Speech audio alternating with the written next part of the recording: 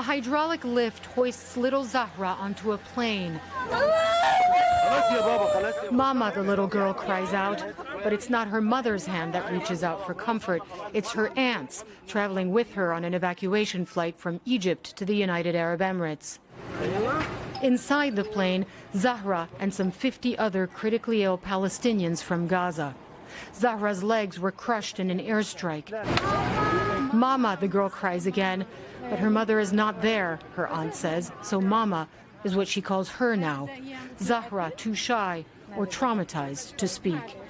On this Emirati mercy mission, the 11th of its kind, there are children with fractures, complex head injuries, some with cancer. There was little access to care or medicine in Gaza. Here, children finally get pain relief. Dirty bandages are replaced with fresh dressings. 12-year-old Noor will receive much-needed surgery on her legs. Acting quickly means preventing amputations. Do you want to go back to Gaza or stay out afterward, I ask her. Stay out, she tells me. The journey to this improvised Emirati flying hospital started at the Gaza border, a 45-minute drive away from this military airfield in Egypt. On our way there, miles of trucks carrying aid, unable to deliver their cargo.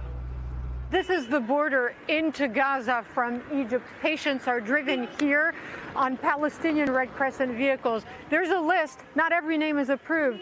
So some of the most critically ill might make it all the way to this point and then be denied entry into Egypt. But these children at the military airport have made it out. A boy already used to life in a wheelchair whizzes past our camera. On board, the smiles of children excited for their first ever flight, and the empty looks of those perhaps still adjusting to their new reality.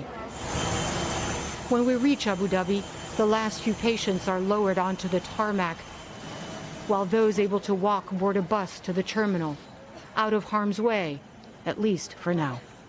Hala, Gorani, NBC News at the Al Arish Air Base in Egypt.